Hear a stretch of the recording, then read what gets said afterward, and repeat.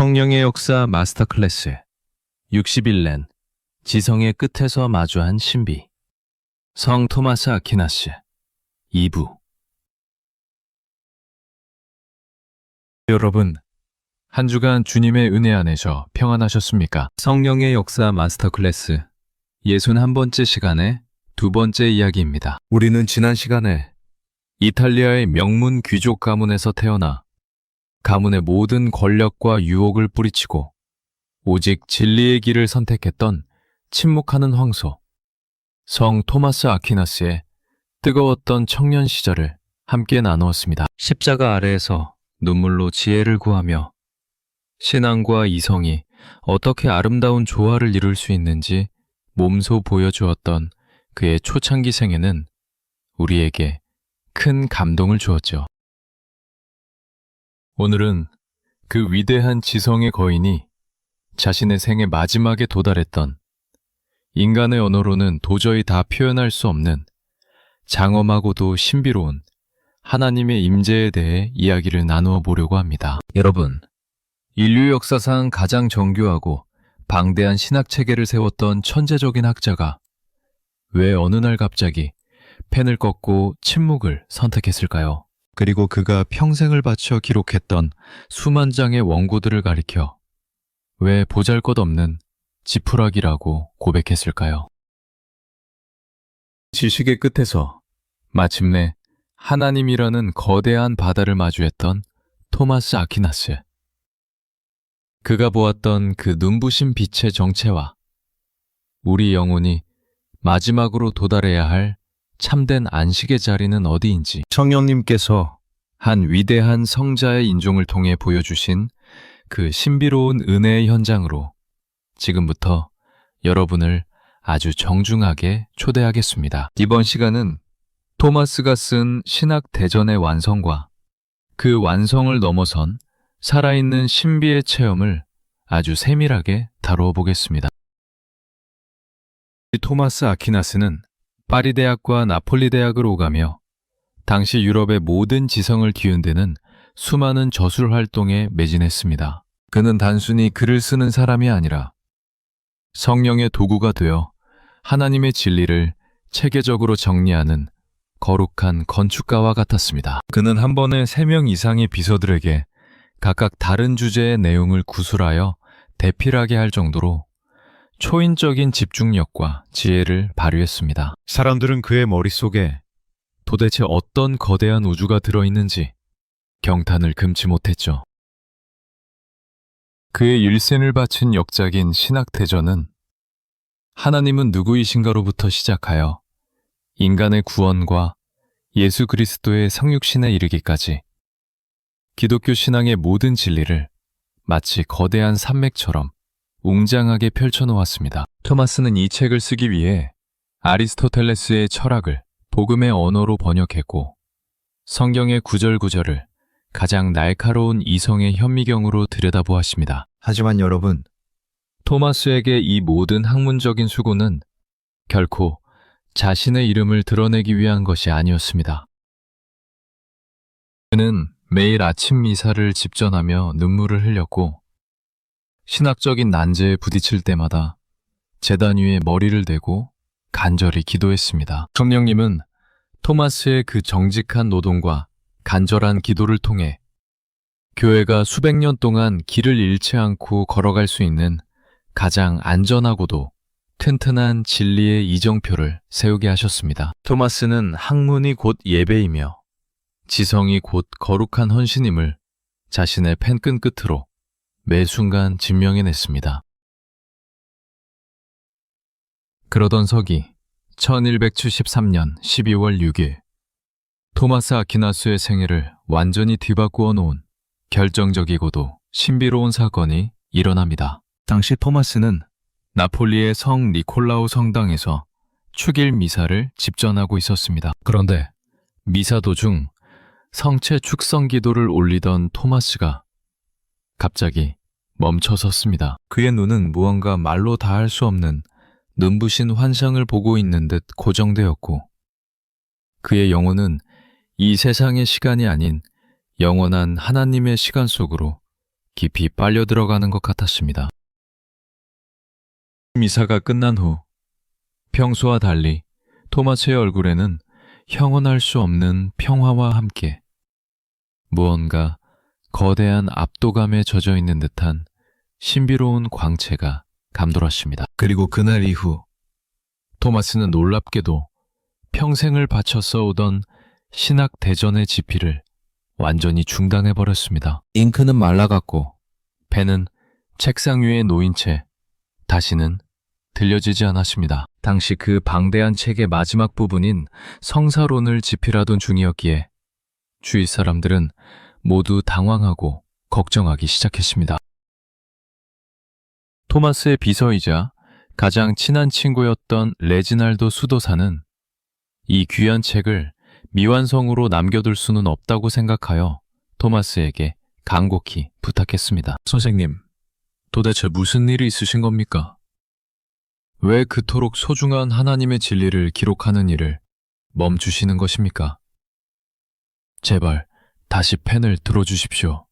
라고 말이죠. 하지만 토마스는 아주 낮고 고요한 목소리로 그러나 바위처럼 단단한 확신을 담아 이렇게 대답했습니다.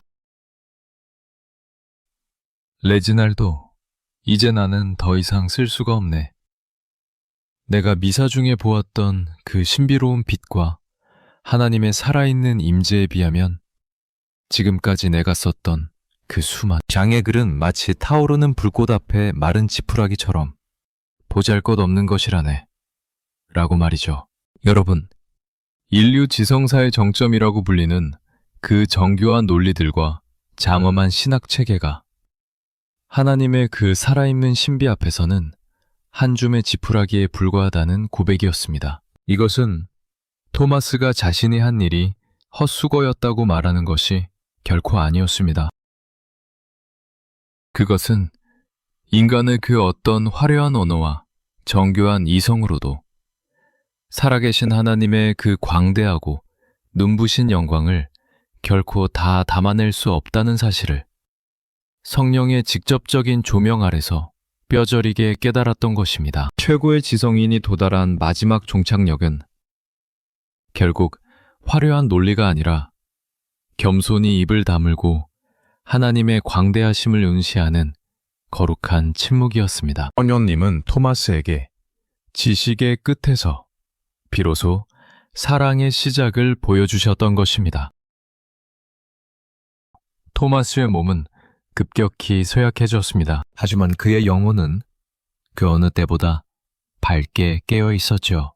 서기 1174년 교황 그레고리오 10세는 리옹에서 열리는 중요한 공의회에 토마스를 소환했습니다. 토마스는 이미 자신의 죽음이 가까워졌음을 예감했지만 순종의 마음으로 병든 몸을 이끌고 길을 떠났습니다. 나귀를 타고 가던 중 길가에 쓰러진 나무에 머리를 부딪히는 사고까지 겹치면서 그의 병세는 더욱 악화되었습니다.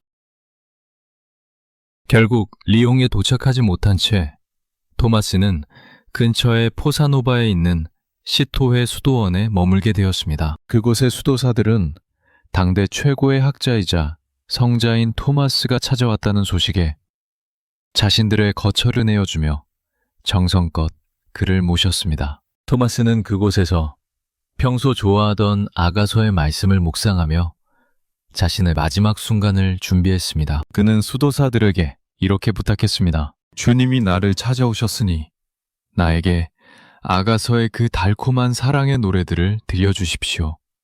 라고 말이죠.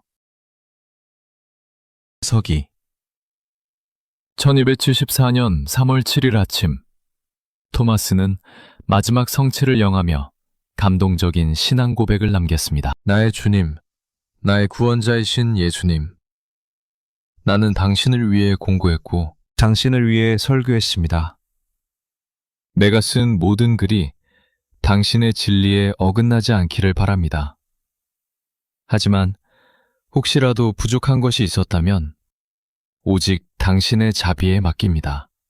라고 말이죠. 지성의 거인은 그렇게 아주 작고 순박한 어린아이 같은 마음으로 자신이 평생 사랑했던 그 신랑 되신 주님의 품으로 평안히 돌아갔습니다. 그의 나이 불과 49살이었습니다. 토마스 아퀴나스가 떠난 뒤 그가 남긴 지푸라기 같은 글들은 결코 타버리지 않았습니다. 오히려 그 글들은 수백 년 동안 전 세계 교회를 지탱하는 가장 든든하고 견고한 신학적 기둥이 되었습니다. 로마 교회는 그를 성인으로 추대했고 토마스 철학은 가톨릭 신학의 공식적인 표준이 되었습니다. 하지만 토마스가 우리에게 남긴 진짜 유산은 그가 쓴 책들보다도 더 소중한 그 침묵의 신비입니다. 하나님은 우리가 머리로 이해하는 분이 아니라 온 영혼으로 마주하고 사랑해야 하는 살아있는 존재라는 사실을 그는 자신의 죽음으로 증명해냈습니다. 사랑하는 여러분, 오늘 토마스 아퀴나스의 장엄한 마지막 이야기를 들으면서 무엇을 느끼셨습니까? 우리는 지금 무언가를 더 많이 알아야 한다고, 더 똑똑해져야 한다고 스스로를 채찍질하며 살고 있지는 않나요? 혹은 내가 쌓아 올린 작은 지식과 업적들을 대단한 보물인 양 자랑하며 살고 있지는 않습니까? 성령님은 오늘 토마스를 통해서 우리에게 아주 부드럽고도 강력한 질문을 던지십니다. 너의 지식의 끝에서 너는 누구를 보고 있느냐? 너의 화려한 말들 뒤에 진짜 나를 향한 사랑이 있느냐? 라고 말이죠. 신앙은 공부로 시작할 수 있지만 결국은 무릎으로 완성되는 것입니다. 우리가 성경을 배우고 신학을 공부하는 목적은 남을 비판하거나 나를 과시하기 위함이 아닙니다. 그것은 오직 하나님의 그 말로 다 할 수 없는 사랑과 신비를 조금이라도 더 깊이 맛보기 위함입니다. 토마스가 자신의 그 대단한 업적들을 지푸라기라고 불렀던 것처럼 우리도 우리 자신의 자금을 인정하고 하나님의 크심 앞에 겸손히 엎드려야 합니다. 내가 작아질 때 비로소 내 안에 하나님의 거대한 바다가 밀려오기 시작합니다. 또한 토마스가 십자가 아래에서 얻었던 그 위로와 지혜를 기억해 보시기 바랍니다. 인생의 복잡한 문제들과 신앙의 의문들 앞에 서 있을 때 책장만을 뒤적이지 마십시오.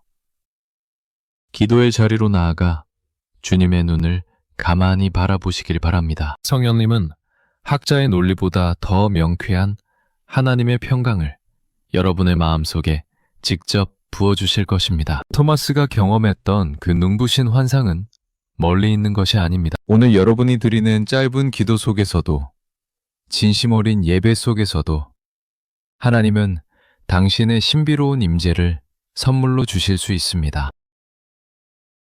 여러분의 평범한 일상이 곧 살아있는 신학의 현장이 되기를 축복합니다. 직장에서의 수고가, 가정에서의 인내가, 그리고 이름 없이 행하는 작은 사랑의 실천들이 토마스가 미완성으로 남겨둔 그 신학대전의 마지막 장을 채워가는 아름다운 글자가 될 것입니다. 지성은 항상 깨어있어 진리를 추구하되 가슴은 늘 따뜻하게 젖어 있어 하나님을 갈망하는 균형 잡힌 성령의 사람이 되십시오. 성령님은 토마스 아퀴나스에게 영광의 빛을 보여주셨던 것처럼 오늘 하루 여러분의 삶 위에도 가장 따뜻하고 신비로운 은혜의 빛을 내려주실 것입니다. 성령님의 역사는 이제 중세의 장엄한 신학을 넘어 다시금 우리 영혼의 가장 깊은 골짜기를 흐르는 신비로운 만남으로 우리를 인도합니다. 토마스가 지성의 끝에서 마주했던 그 침묵의 신비는 이후 독일의 깊은 숲속에서 하나님과의 연합을 노래했던 신비주의자들에게로 이어집니다. 다음 62강에서는 하나님께 가는 마음의 여정을 노래했던 위대한 스승 보나벤투라의 생애와 그가 가르쳐준 신비로운 영성에 대해 깊이 나누어 보겠습니다. 지성과 열정이 어떻게 조화를 이루어 하나님께 나아가는지 그 흥미진진한 이야기를 기대해 주십시오. 오늘 61번째 강의의 두 번째 시간이 여러분의 마음속에 지식보다 귀한 사랑을, 논리보다 깊은 신비를 심어주는 소중한 계기가 되었기를 바랍니다. 여러분의 소중한 구독과 좋아요는 이 거룩한 신앙의 발자취를 온 세상에 전하는데 정말 큰 힘과 위로가 됩니다. 다음 시간에 더 깊고 은혜로운 이야기로 다시 찾아오겠습니다. 한 주간도 하나님의 광대하신 신비 안에서 참된 안식을 누리십시오. 대단히 감사합니다. 평안하십시오.